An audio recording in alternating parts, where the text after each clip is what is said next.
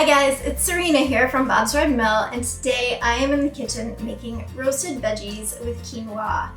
This is actually one of my favorite recipes to eat, but in truth it's a recipe that my husband came up with for me because we are a mostly vegetarian family. So I'm excited to share it with you guys today because again it is one of my favorites, and it's incredibly easy and perfect for this season. So let's get started.